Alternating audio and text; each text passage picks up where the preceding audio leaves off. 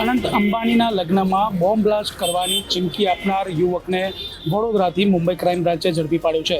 આ એ જ એપાર્ટમેન્ટ છે જ્યાં આગળ આ યુવક રહેતો હતો. વડોદરાના વાઘોડિયા રોડ પર આવેલ આ સુવર્ણલક્ષ્મી એપાર્ટમેન્ટ છે, જેના એ 16 નંબરના મકાનમાં રહેતા વિરલ આશરા નામના યુવકે સોશિયલ મીડિયા ઉપર આ ધમકી આપી હતી.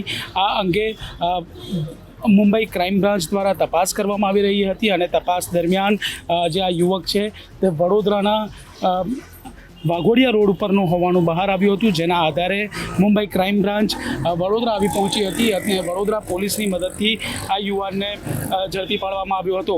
અનંત અંબાણી અને રાધિકા મર્ચન્ટના લગ્ન 12 થી 15 દરમિયાન યોજાયા હતા. આ દરમિયાન 13 તારીખે સોશિયલ મીડિયા ઉપર આ યુવાને ધમકી આપી હતી અને ત્યારબાદ મુંબઈ ક્રાઇમ બ્રાન્ચ દ્વારા તપાસ કરવામાં આવી રહી હતી. હાલમાં આ જે યુવક છે તે યુવકને મુંબઈ ખાતે લઈ જવામાં આવ્યો છે અને આ જે સોશિયલ મીડિયા ઉપર આ યુવકે શું કામ કયા કારણોસર આજે મેસેજ છે તે વાયરલ કર્યો હતો, જે જાણવાની કોશિશ કરવામાં આવી રહી છે. હાલમાં વડોદરા એસઓજીની મદદથી આ યુવકને પકડવામાં આવ્યો છે.